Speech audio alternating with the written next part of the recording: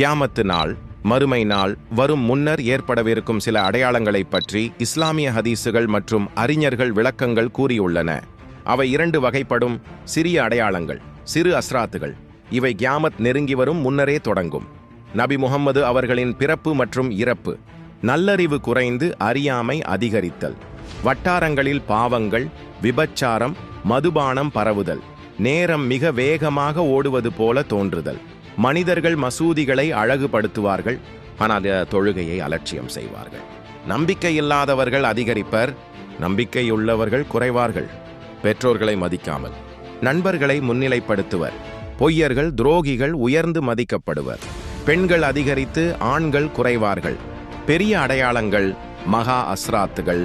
இவை நடந்தால் கியாமத்து நாள் மிகவும் நெருங்கிவிட்டது என்று அர்த்தம். தஜ்ஜால் வெளிப்படுதல்.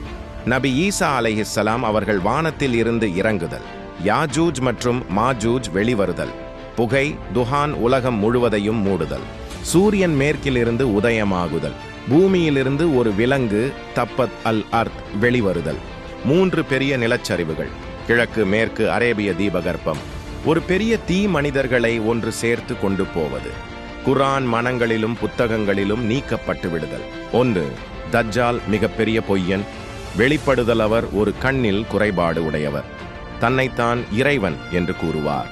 அவரிடம் சொர்க்கம் போலவும் நரகம் போலவும் தோன்றும் விஷயங்கள் இருக்கும்.